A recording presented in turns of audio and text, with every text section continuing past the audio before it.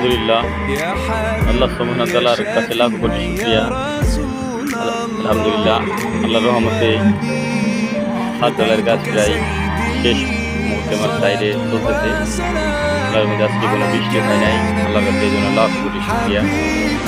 হয়তো ঘন্টা 1.5 ঘন্টা 2 ঘন্টার ভিতরে ঢালাই শেষ হয়ে যাবে ইনশাল্লাহ।